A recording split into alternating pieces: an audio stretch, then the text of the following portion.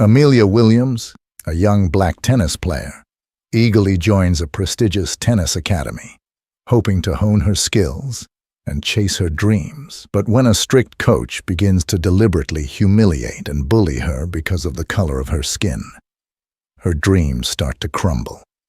As Amelia realizes she's not the only one facing this kind of treatment, her family decides that staying silent is not an option.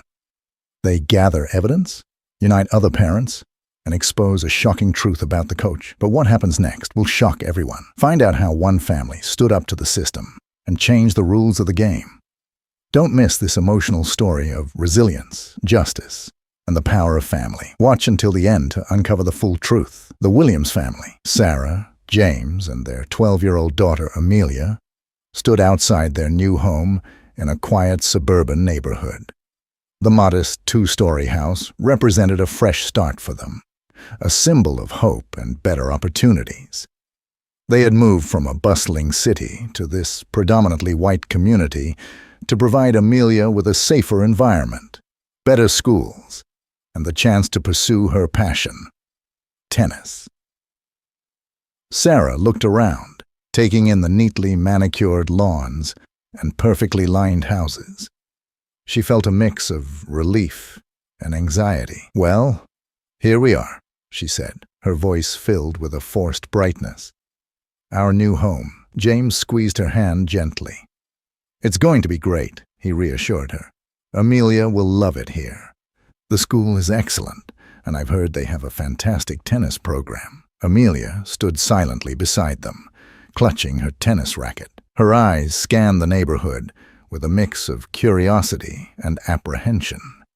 She had always been passionate about tennis, and now she had a real chance to join the local tennis school, run by a renowned former professional player, Coach Mark Reed. "Are you ready for this, sweetie?" Sarah asked, looking at her daughter with a warm smile. Amelia nodded.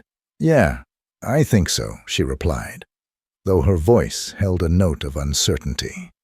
"I just hope the kids at the tennis school are nice." Sarah knelt down to Amelia's level and took her hands. "Remember, you're talented and hard-working," she said softly. "Keep that confidence, no matter what. You've got this." James joined in, ruffling Amelia's hair. "And you've got the best cheering squad right here," he added. "We'll be at every match, every practice. You'll show them what you're made of." A small smile spread across Amelia's face. She was nervous about being the new kid, especially in a place where they were clearly different.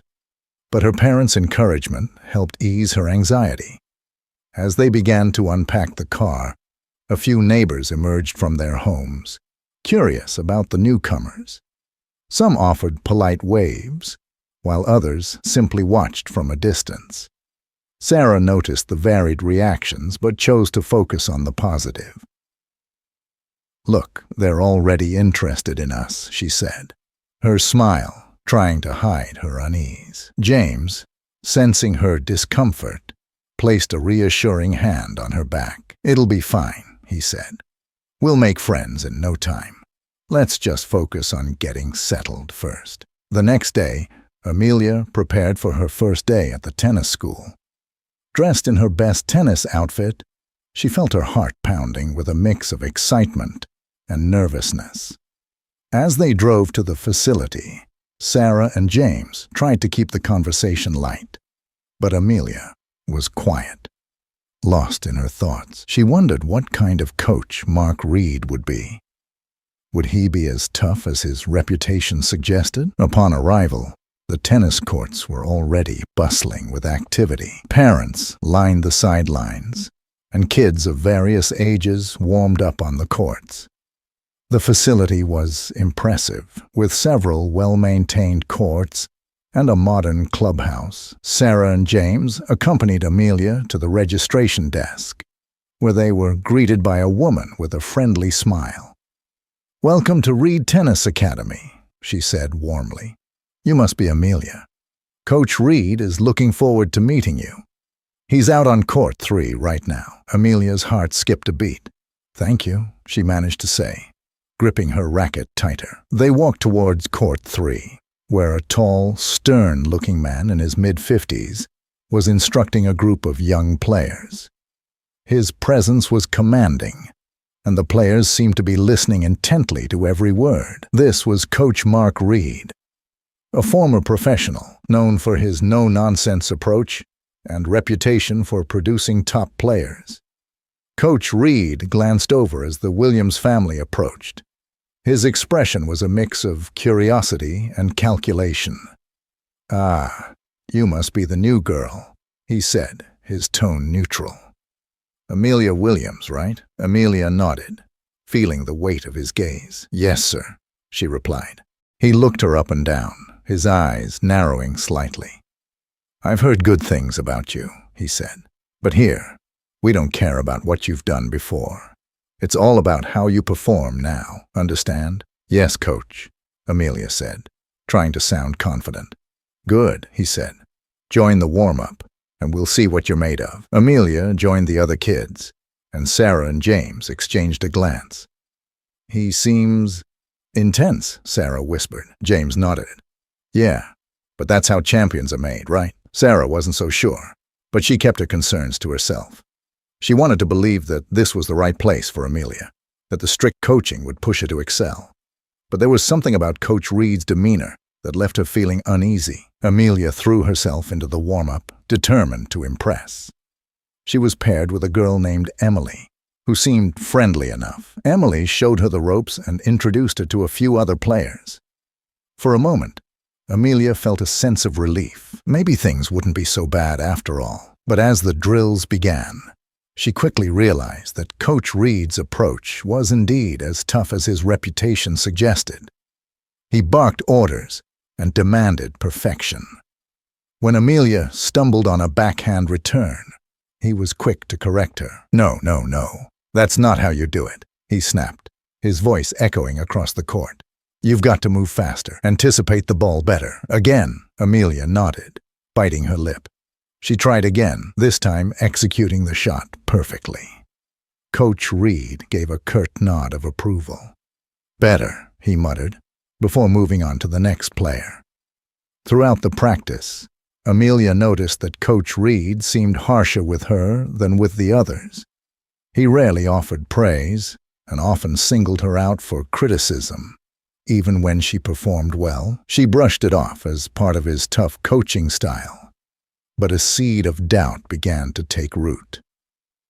When practice ended, Amelia felt exhausted, both physically and emotionally.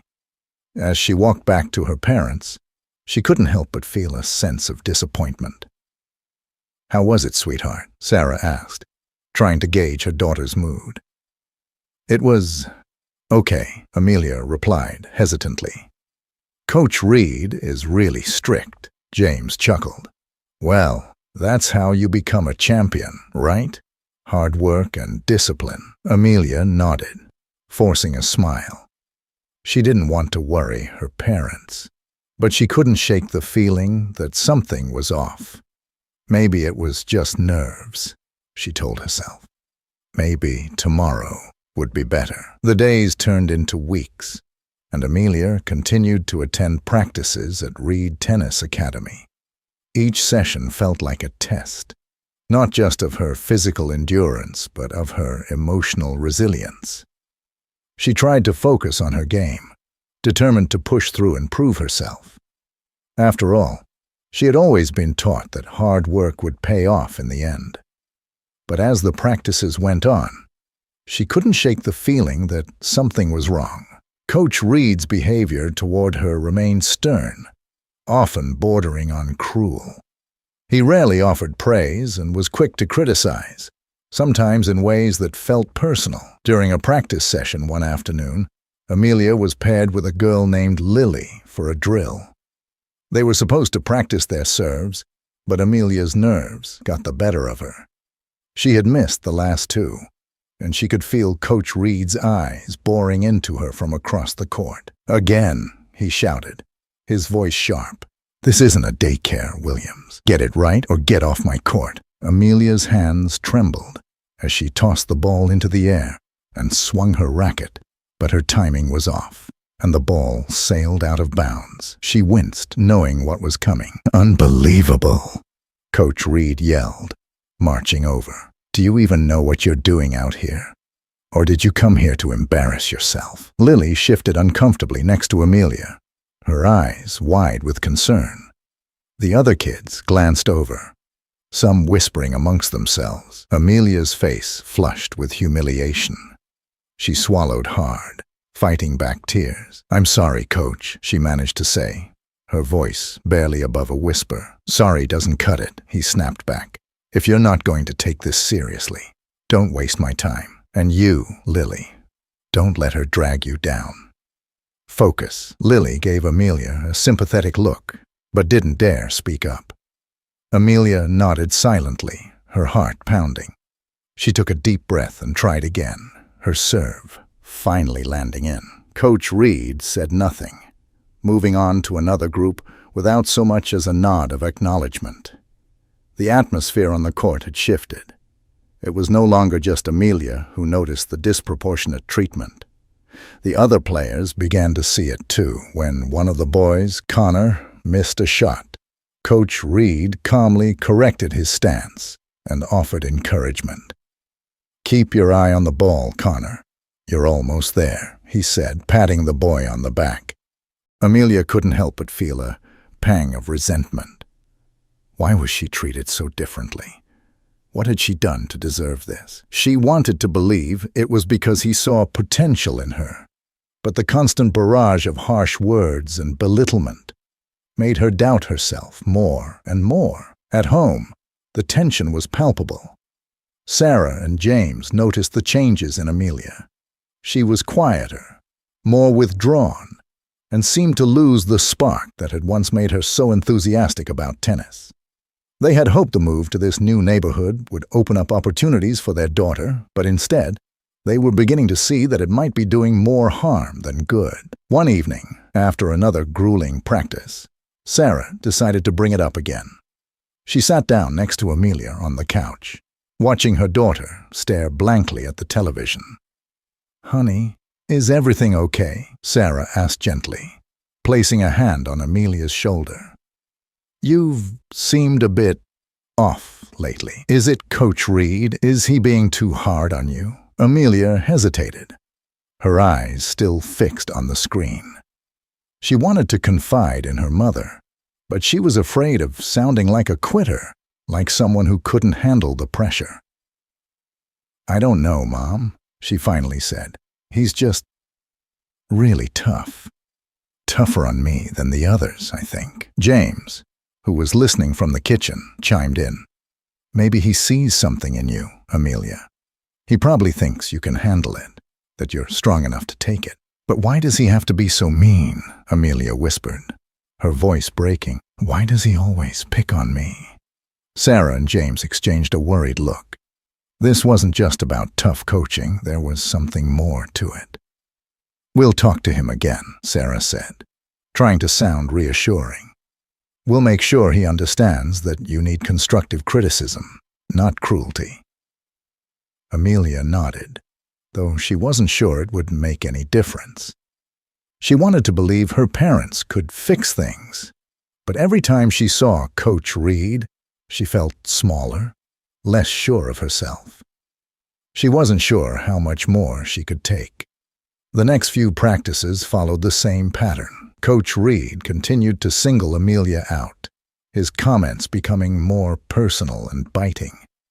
It wasn't just about her technique anymore. It felt like he was trying to break her spirit. One afternoon, during a practice match, Amelia was partnered with a boy named Ben, who was known for his agility on the court.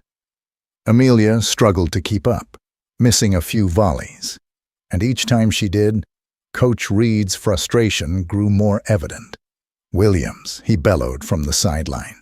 "Are you even trying, or are you just here for the free snacks?" A few of the kids snickered, and Amelia felt her face burn with embarrassment.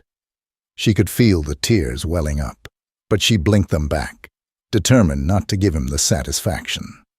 Ben who was standing next to her, whispered, "Don't let him get to you. He's just a jerk."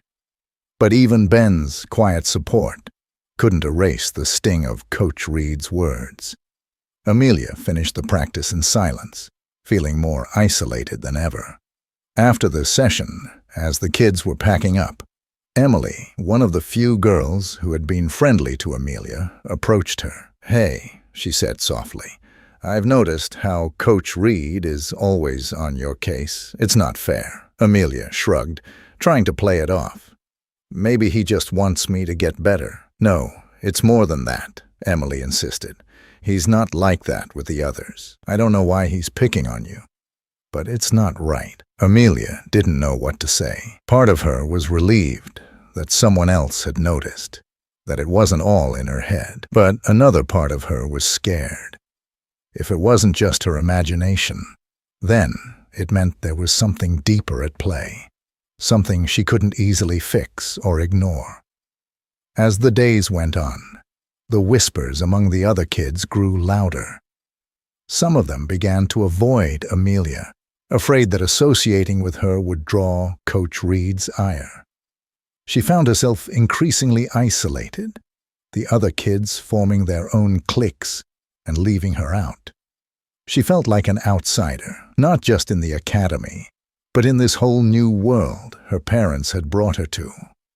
One day, as she was leaving practice, she overheard two boys talking near the water fountain. "I don't get why he's so hard on her," one of them said. "She's not even that bad. Maybe he doesn't like her," the other boy replied. Because of... Amelia didn't need to hear the rest. She knew exactly what he meant. She felt a lump form in her throat, and she hurried away before they could see her. She wanted to scream, to cry, to tell someone how unfair it all was. But she felt trapped by her own desire to succeed, trapped by her fear of confirming what she was beginning to suspect. That Coach Reed's treatment of her wasn't just about her tennis skills. That night, Amelia couldn't hold it in any longer. She sat at the dinner table, staring at her plate, her appetite gone. Finally, she looked up at her parents, her eyes filled with tears. "Mom, Dad, I don't think Coach Reed just doesn't like me. I think he's being mean to me because of who I am," she said, her voice trembling. Sarah and James were taken aback. "What do you mean, sweetheart?" Sarah asked, her voice laced with concern. "I heard some kids talking," Amelia explained, wiping her eyes. "They think he's picking on me because I'm different." James's face hardened. "Are you saying he's being racist?" Amelia nodded, and a heavy silence filled the room. Sarah felt a surge of anger and sadness wash over her. She had wanted to believe that they had left these kinds of problems behind when they moved here, that their daughter would be treated fairly based on her abilities and not her skin color. "We're not letting this slide," Sarah said firmly. "We're going to the school tomorrow. This is unacceptable." Amelia felt a mix of relief and fear. She was glad her parents were taking her seriously, but she was also scared of what might happen next. Would speaking up make things better, or would it only make things worse? The next day, Sarah and James went to the academy with Amelia, determined to confront Coach Reed. They waited until the end of practice, watching as he barked orders and made pointed comments. When the session finally ended, they approached him. "Coach Reed," Sarah called out, her tone firm but polite. "We need to talk." He turned to face them, his expression guarded. "About what?" he asked, crossing his arms. "It's about how you've been treating our daughter," James said, stepping forward. "We've noticed, and she's noticed, that you're a lot harsher with her than with the other kids.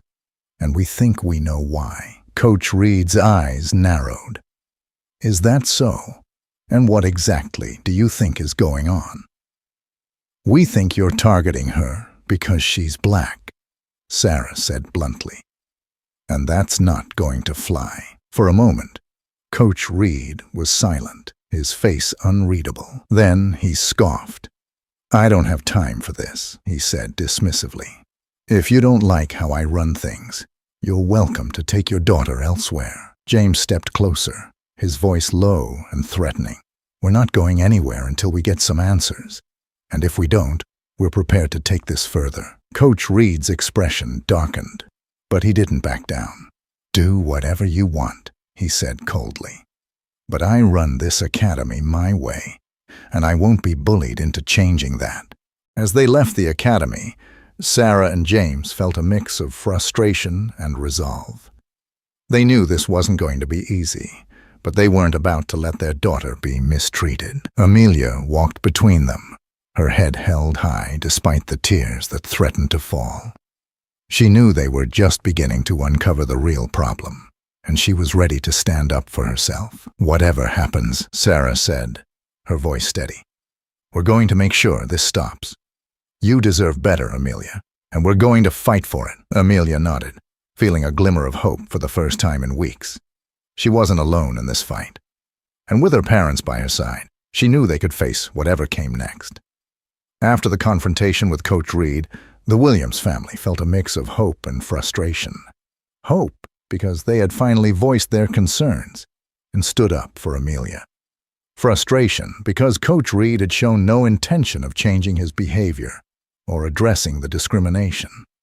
Amelia continued to attend practices, but the atmosphere at the Reed Tennis Academy grew more toxic with each passing day. Coach Reed's hostility toward Amelia intensified after the confrontation. He no longer tried to hide his disdain. His criticism became more frequent and more vicious, often filled with biting remarks that bordered on personal attacks. One day, during a particularly grueling drill, Coach Reed stopped the session abruptly, his face twisted in irritation. "Williams!" he shouted, his voice echoing across the court. "Are you always this slow, or do you just have no idea what you're doing?" Amelia froze, feeling the eyes of her peers on her. She was used to his harsh words by now, but this time it felt different, more cutting, more deliberate. She clenched her racket tighter, her knuckles turning white. "I'm trying, Coach," she said, her voice strained but controlled. "Trying?" he mocked, a cruel smile playing on his lips. "Well, try harder. Or maybe tennis just isn't for you. Maybe you're better off doing something easier." The implication was clear, and Amelia's chest tightened with a mix of anger and shame. She knew what he meant, even if he didn't say it outright. The other kids, sensing the tension, remained silent, their eyes darting between Amelia and Coach Reed. But one of them, a boy named Tyler, couldn't stay quiet any longer. "That's not fair, Coach," he muttered under his breath. "She's trying just as hard as the rest of us." Coach Reed's eyes snapped to Tyler, his expression hardening. "What was that, Tyler?"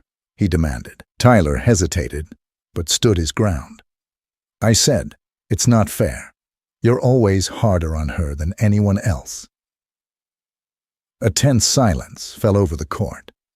Amelia looked at Tyler, her eyes wide with surprise and gratitude. She wasn't the only one who saw it. She wasn't imagining things. Coach Reed's face darkened, and he took a step toward Tyler. "You think you know better than me, boy?" he sneered. "You want to tell me how to do my job?" Tyler's courage faltered under the weight of Coach Reed's glare. He shook his head, mumbling, "No, sir." "Then, keep your mouth shut and focus on your own game," Coach Reed barked. "Everyone back to work. And Williams, if you can't keep up, get off my court." Amelia's heart pounded in her chest, a mix of fear and defiance. She wanted to scream at him, to tell him he was wrong, but she knew it wouldn't make a difference. She lowered her head and continued the drill, pushing through the burning in her muscles and the sting of tears in her eyes. Word of Coach Reed's behavior began to spread beyond the academy. Some of the parents who had witnessed his outbursts or heard about them from their children started talking among themselves. A few were sympathetic to the Williams family, but others dismissed the concerns, insisting that Coach Reed's methods were tough but fair. "I've seen how he treats my son. one mother said during a whispered conversation at the clubhouse. He's strict, but he pushes them to be their best. But have you seen how he treats Amelia? Another parent countered. It's different. There's something off about it. The debate grew louder as more parents weighed in. Some defended Coach Reed, arguing that his results spoke for themselves.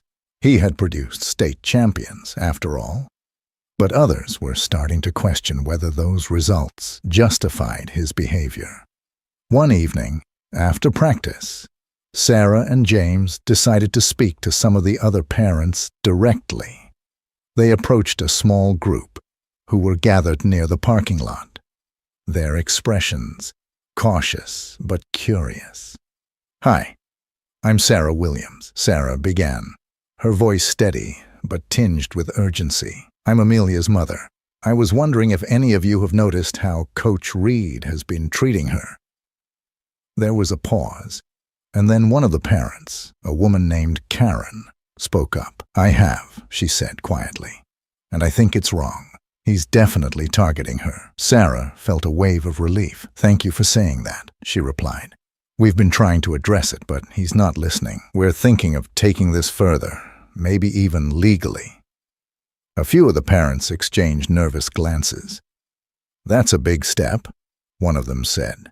"But if what you're saying is true, then maybe it's necessary." Karen nodded in agreement. "I'm willing to support you," she said. "My son has been uncomfortable with how Coach Reed behaves. He's been afraid to speak up, but I think it's time we did something." Encouraged by the support of a few parents, Sarah and James decided it was time to gather concrete evidence. If they were going to take legal action, they needed proof of Coach Reed's discriminatory behavior. One afternoon, after a particularly harsh practice where Coach Reed had once again humiliated Amelia in front of everyone, Sarah approached Karen with a plan. "We need to document this," she said. "I think we should record one of his practices, just to show how he treats Amelia compared to the others." Karen agreed. "I'll do it," she said. "I'll be discreet. He won't even know."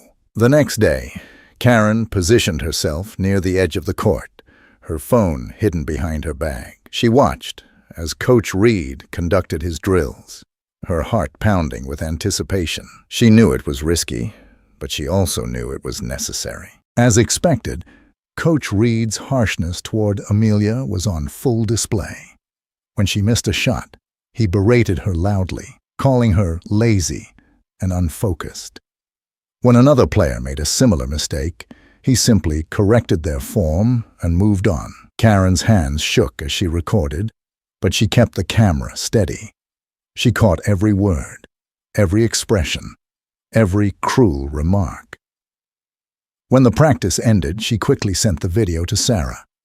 "This is it," Sarah said, watching the footage with a heavy heart. "This is the proof we need." Armed with the video evidence, Sarah and James requested a meeting with the school's administration.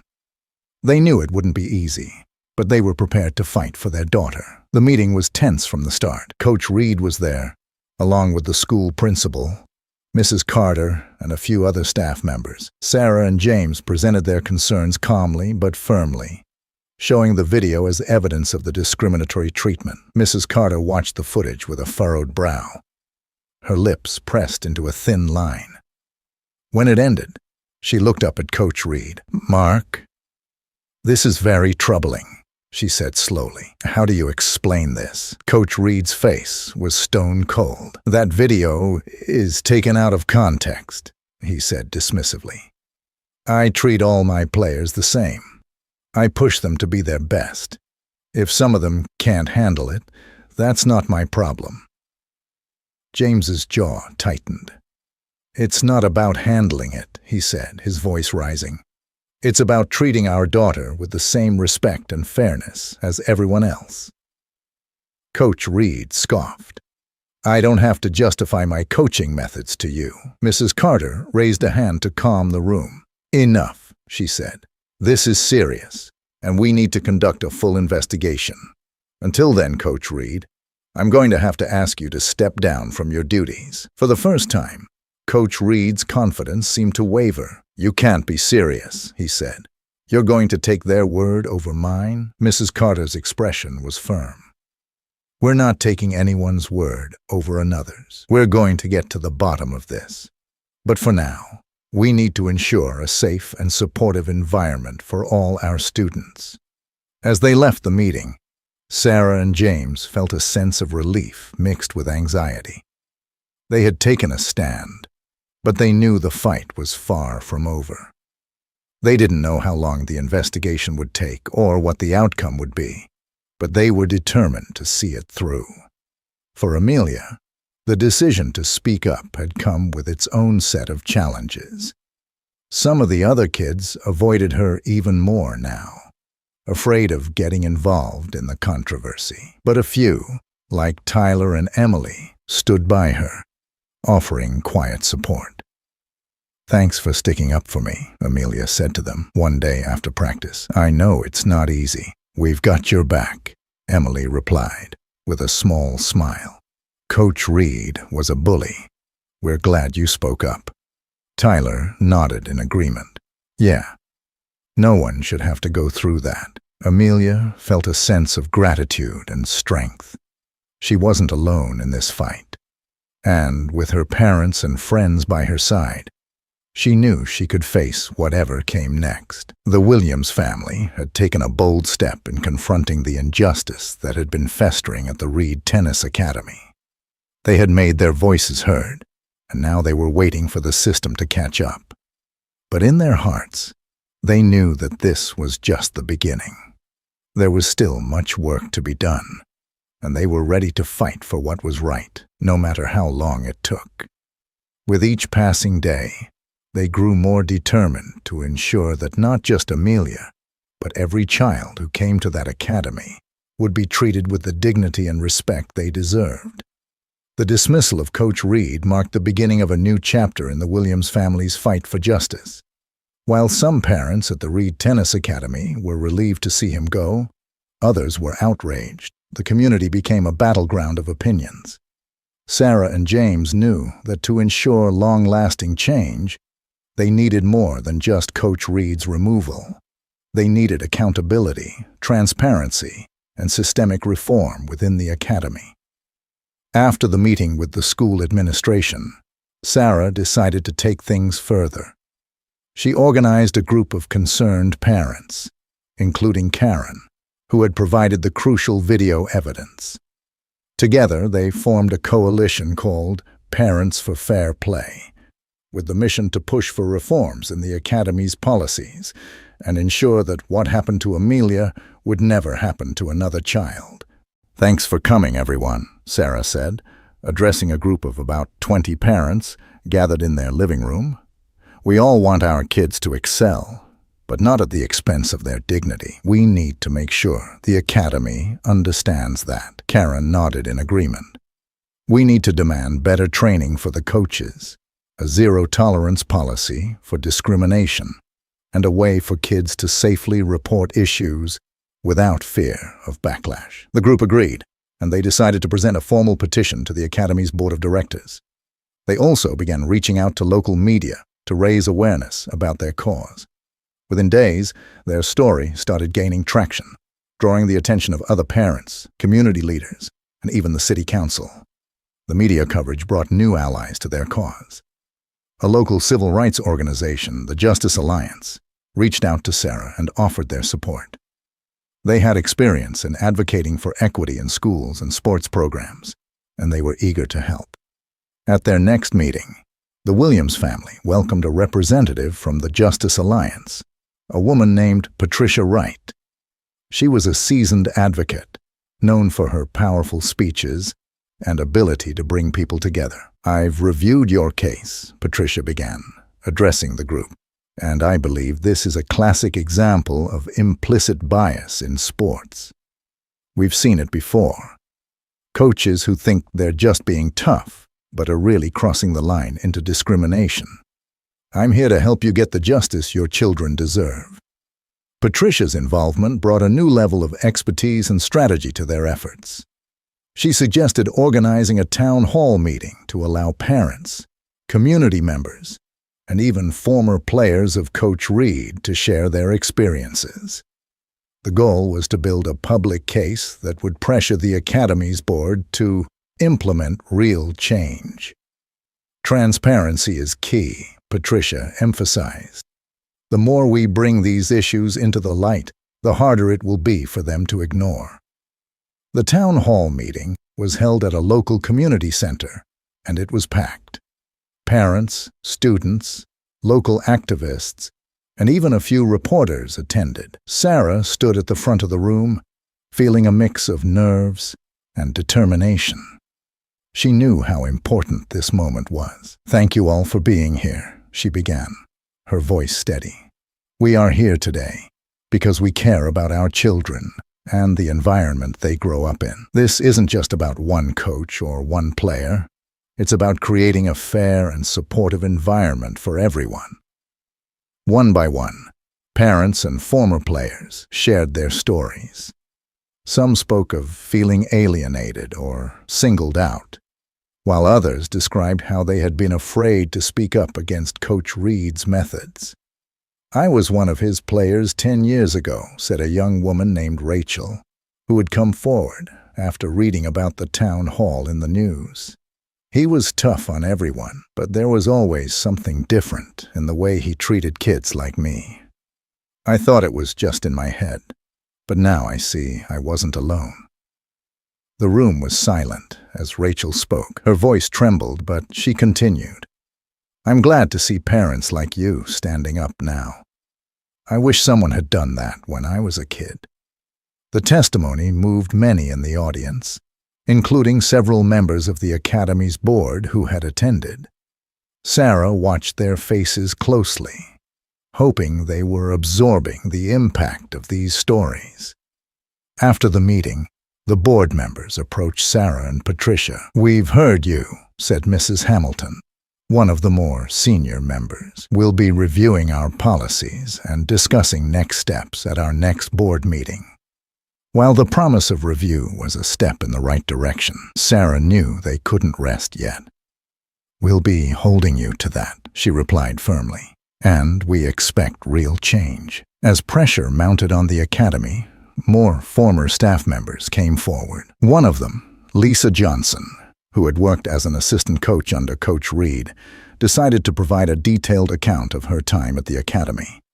She described the toxic environment, how she had often witnessed Reed's discriminatory behavior, and how she felt powerless to speak up back then. "I didn't say anything because I was afraid of losing my job," Lisa confessed in a public statement. "But I see now that silence was complicity. I'm here to support Amelia and all the kids who suffered under his coaching." Her statement provided a powerful corroboration to Amelia's experience and reinforced the community's call for change.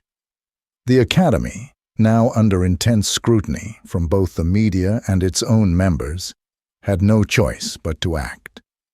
The board announced a comprehensive internal investigation, partnering with an external consulting firm specializing in equity and inclusion. They promised to review their policies, provide mandatory training for all staff, and create a safe reporting system for students and parents. It was a significant victory for Parents for Fair Play. But Sarah and James knew it was just the beginning. "This isn't the end," Sarah said during a press conference with the Justice Alliance. "We'll keep fighting until these changes are fully implemented and until every child feels safe and supported." The Williams family, with the support of allies like Patricia Wright and the Justice Alliance, had made substantial progress in their fight against injustice. But the path to real, lasting change was long, and they were prepared to see it through. With each new development, they gained more support and more momentum. They were turning their pain into power, determined to ensure that no other child would have to endure what Amelia had faced. The day of the official hearing finally arrived. This was the moment that would determine whether the Williams family's efforts to hold the Academy accountable would lead to concrete changes. The hearing was held at the Academy's auditorium, with the board members, staff, parents, students, and even a few local media representatives present. Amelia sat between her parents, her hands clasped tightly together. She was nervous, but resolute. This was her chance to speak her truth, and she was ready. The board chair, Mrs. Hamilton, opened the hearing with a statement acknowledging the gravity of the situation. We are here today to address the serious allegations brought against our former coach, Mark Reed, and to discuss the steps we must take as a community to move forward. We have heard from many voices, and today we will hear from more.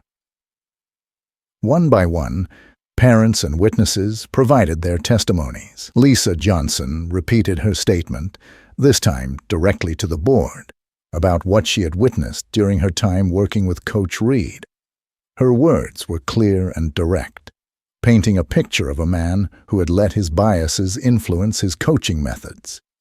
Next, it was Sarah's turn. She spoke with passion and clarity, outlining the discrimination her daughter had faced and the emotional toll it had taken on their family. We moved here believing this was a place where Amelia could thrive, she said, her voice steady. Instead, she was singled out and mistreated by someone who was supposed to guide her. We can't let this continue. We need to do better. The room was silent again, but this time it was filled with tension rather than support. Many of the parents had seen the video, had heard the testimonies, and were not convinced by his words. After hours of testimonies and arguments, the board retreated to deliberate. The tension in the room was palpable.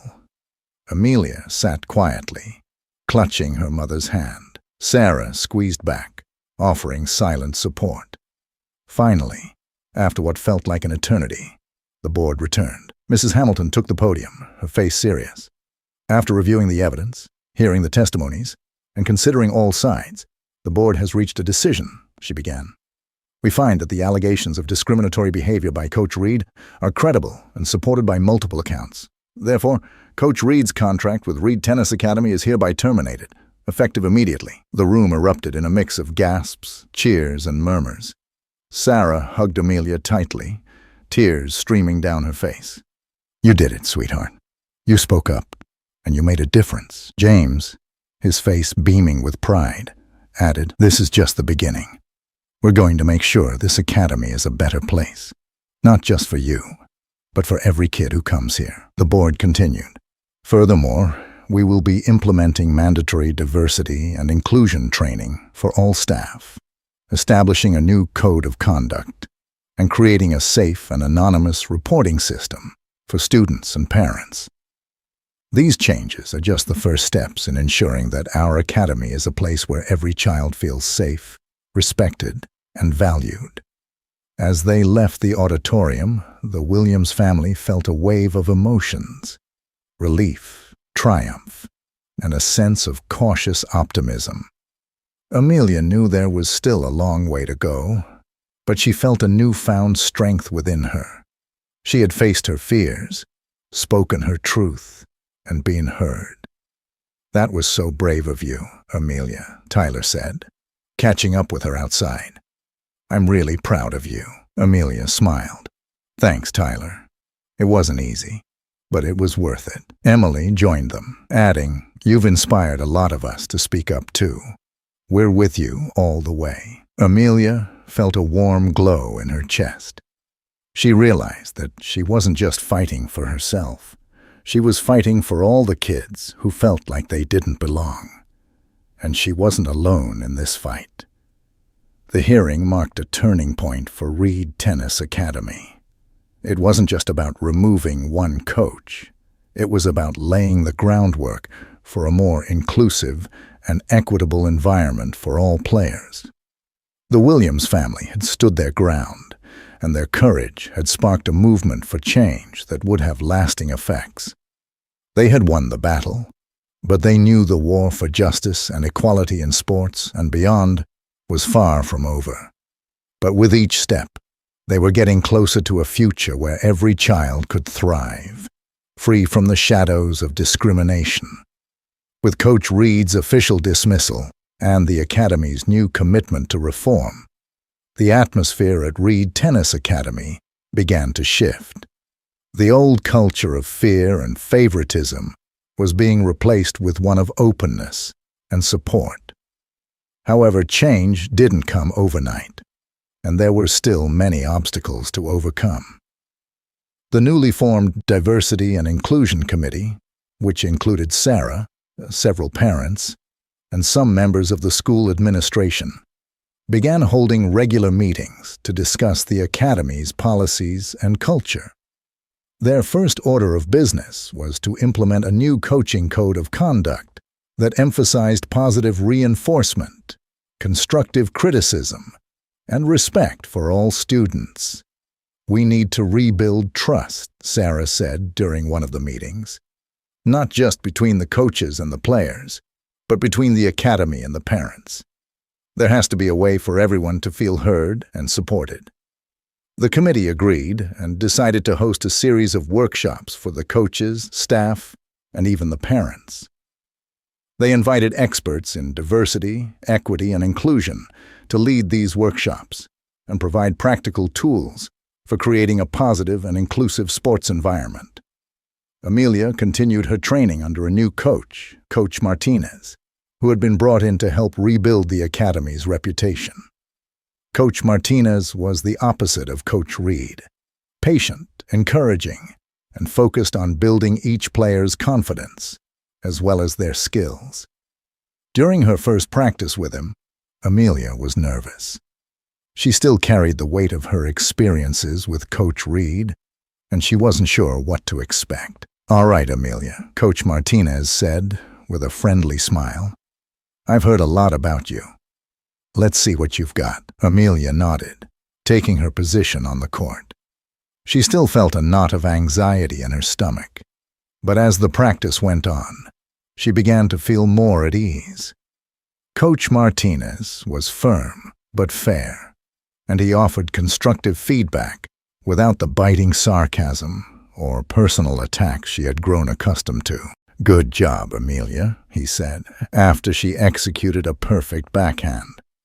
"You've got a lot of potential. Just keep working on your footwork, and you'll see even more improvement." For the first time in months, Amelia felt a sense of pride in her game. She wasn't playing to prove herself to a harsh critic. She was playing because she loved the sport, and that made all the difference. The changes at the academy and the new supportive coaching environment helped Amelia regain her confidence. She began to see her old spark return, and her love for tennis was rekindled. She started performing well in matches again, not just because of her skills, but because she felt supported and valued. Outside of tennis, Amelia continued her work with the youth-led initiative at the academy. She and her friends, including Tyler and Emily, organized peer-led discussions about empathy, understanding, and allyship.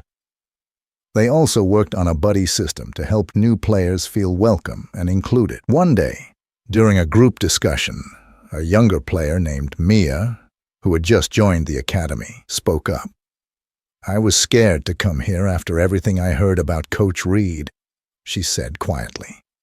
"But seeing all of you stand up and speak out made me feel like maybe this could be a good place for me." Amelia smiled and said, "We want everyone to feel welcome here, Mia. If you ever need someone to talk to, we're here." Mia nodded, her eyes brightening. "Thanks, Amelia. That means a lot." The reforms at Reed Tennis Academy didn't just affect the players and their families. They rippled out into the broader community. The academy's new policies and the ongoing work of the Diversity and Inclusion Committee became a model for other sports programs in the area. Schools and other sports clubs began to take a closer look at their own practices. Inspired by the changes happening at Reed, Sarah continued to advocate for inclusivity, not just at the academy, but within the wider sports community. She was invited to speak at several local events, sharing their story and encouraging other parents to get involved and demand better for their children. "We all have a role to play," she said at one event. "It's not just about removing one bad coach or fixing one problem. It's about creating an environment where every child can thrive, where they're valued for who they are and what they bring to the table. James also became more involved, helping to organize a mentorship program for young athletes, focusing on leadership, mental health, and sportsmanship. The program quickly gained popularity, drawing interest from both parents and students. A few months after the hearing, the Williams family received an unexpected letter from Coach Reed. In it, he expressed a desire to meet with them privately. "I've been doing a lot of soul-searching," the letter read. "I realize now that I hurt a lot of people, and I want to make amends. I know I can't undo the past, but I'd like to meet with you and Amelia if you're willing." Sarah was skeptical, but after discussing it with James and Amelia, they decided to agree to the meeting. They wanted to hear what he had to say. The meeting took place at a local cafe. Coach Reed looked different, more subdued, almost nervous. He began by apologizing, not just in words, but with a sincerity that seemed genuine. "I've spent a lot of time thinking about what happened," he said, his voice steady but somber. "I was wrong. I let my own biases affect how I treated some of my players, and I didn't see it at the time. But now I do." Amelia listened quietly, her expression unreadable. "Why now?" she finally asked. "Why didn't you see it when it mattered?" Coach Reed sighed. "Sometimes it takes losing everything to make you see what you should have seen all along. I want to be better. I've started taking courses on inclusive coaching, and I'm hoping to use what I've learned to help others." Sarah nodded. "We appreciate the apology, but you have to understand how much damage was done." "I do," he said, his eyes meeting Amelia's. "And I'm truly sorry for what I put you through. I hope one day you can forgive me." Amelia didn't respond immediately, but after a moment she nodded. "I'm still angry," she said honestly. "But I hope you really mean what you say and that you'll help others learn from your mistakes." Coach Reed nodded, his face serious. "I will." The meeting with Coach Reed was a small but significant step in the healing process. It showed that change, though slow and difficult, was possible. The Williams family continued to be a driving force for justice and inclusivity in their community, knowing that their fight wasn't just for Amelia, but for every child who deserved to feel valued and supported. They had helped transform Reed Tennis Academy into a place of growth, acceptance, and opportunity, and they weren't done yet. They were committed to making sure the changes were lasting, and that every voice, no matter how small, was heard. With the reforms firmly in place, Reed Tennis Academy was now seen as a model for other institutions. It was no longer just a place to learn tennis. It was a beacon of positive change, demonstrating how a community could come together to demand better for its children. Amelia continued to thrive under Coach Martinez. She regained her confidence and love for tennis, participating in several local tournaments and even winning a few. But more importantly, she felt a renewed sense of belonging. She was part of something bigger, a community that had stood up for her, and that she, in turn, was helping to shape. One sunny afternoon, Amelia was practicing for an upcoming tournament. She was focused, her movements fluid and confident. She had come a long way from the scared and isolated girl who had first walked onto these courts. Now, she was a leader, a role model for younger players like Mia, who watched her with admiration. After practice, Mia approached her. "Amelia, I just wanted to say thank you," she said. "You made me feel like I belong here." Amelia smiled warmly. "You do belong here, Mia. And if you ever need anything, I'm here for you." The impact of the Williams family's advocacy continued to grow. Other sports programs and schools in the area began reaching out, seeking advice on how to implement similar reforms. Sarah and James found themselves becoming local advocates for equity in youth sports, speaking at events and helping to establish guidelines for creating safe and inclusive environments. "We've learned that change doesn't happen overnight," Sarah said during a radio interview. "But when people come together and refuse to accept the status quo, amazing things can happen." The Diversity and Inclusion Committee at Reed Tennis Academy also continued its work, holding regular meetings, workshops, and events to foster a sense of community and shared purpose. They celebrated the progress they had made, but remained vigilant, knowing there was always more to be done. In honor of the changes that had taken place, the Academy decided to host an annual Unity Cup tournament, celebrating diversity, teamwork, and sportsmanship. It became a new tradition, drawing in players from all backgrounds and skill levels. Amelia participated in the first Unity Cup, playing with a joy and freedom she hadn't felt in a long time. She didn't just play to win. She played to inspire others, to show them that they could overcome any obstacle with courage, resilience, and support from those who believed in them. She made it to the finals and faced a tough opponent. It was a close match, but in the end, Amelia emerged victorious. As she held the Unity Cup trophy in her hands, she looked out at the crowd, her parents, Coach Martinez, her friends, and even Coach Reed, who had come to watch. This victory wasn't just hers. It was a victory for everyone who had stood up, spoken out, and fought for a better, more inclusive future. As the Williams family reflected on their journey, they felt a deep sense of pride and fulfillment. They had turned a painful experience into a catalyst for change, not just for themselves, but for their entire community. Amelia's story had become a symbol of resilience and hope. She knew that her journey wasn't over and that there would always be new challenges to face. But she was ready, armed with the knowledge that she had a voice, and it mattered. And as she looked ahead to the future, she knew that she would continue to fight for what was right, not just on the tennis court, but in every aspect of her life. The Williams family's story was a testament to the power of standing up, speaking out, and demanding better. They had faced adversity, but they had not backed down. They had inspired change, not just in their own community, but in others as well. And as they moved forward, they knew that they had built a foundation for a brighter, more inclusive future.